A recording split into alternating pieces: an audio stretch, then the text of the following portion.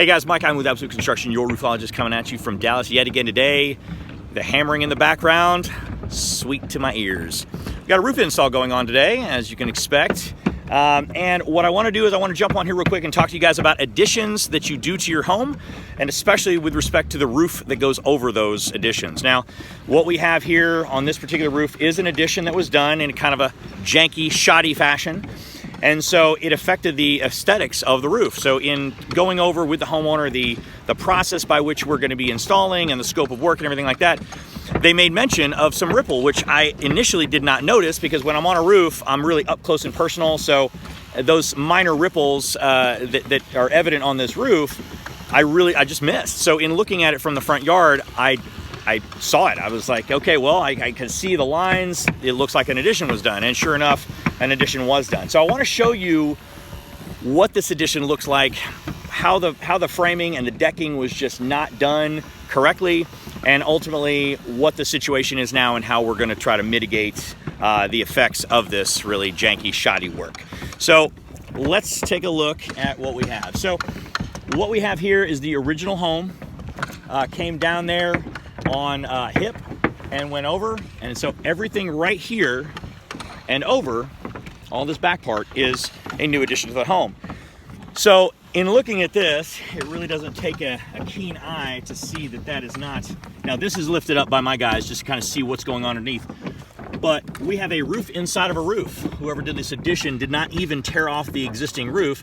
Not that that is a super duper big deal, but it's also something that anybody, you know, that is worth their salt, I feel, I mean, I would. There'd be no reason to leave this inside. And especially with this gap. I mean, you know, it's actually pretty flush, but the decking is 3 inches off over here and a good solid 2 inches off right there. So what this means is that if you're nailing those shingles in there, you're not nailing it into anything. There's nothing holding those shingles in.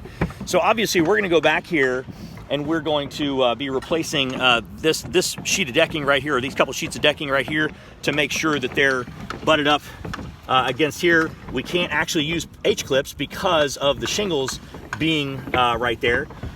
However, we are basically going to do that to mitigate the aesthetic ripple in the roof. Now, the ripple is really evident in areas where it is not flush. So in areas where they basically framed up to the roof deck flush with the 2x4s or rafter beams, trusses, and then laid the deck on top. So you have 7/16 OSB decking laying on top of the framing that is flush. And so looking at my hand, I mean, we're a good ½ inch off right there, and there's really not much that we can do about that without just basically really tearing into this. And at that point, it becomes kind of a cost prohibitive endeavor and something that the homeowners were just not interested in doing. So in an effort to mitigate this ripple and this really aesthetic effect, what we're gonna do is, as you can see over there, I have 100 feet of 10-inch roll metal, and we are gonna roll it down all of the seams of this addition. So we're gonna be replacing that as well, because when they framed it in, I think that they were thinking about putting a turbine on this side, and they realized it was the front of the house and nixed that idea. So we have it going all the way down here, over and down where my guy in the orange is. Love the orange. And then also down here as well, down there and to the cut. Obviously, we're also going to be replacing some decking to make sure that it's as flush as possible. I mean, these gaps are just ridiculous. I mean, there's no reason for it. And so we have plenty of decking on site. We're going to be doing quite a bit of tearing into this thing. But again, what we want to do is just do it right, because that's what our clients are paying for. And so ultimately, when you are getting an addition to your home, you know, obviously the main thing that you're seeing is what's on the inside, but what you're not looking at, and was probably taken for granted, at least to some extent, is the roof covering.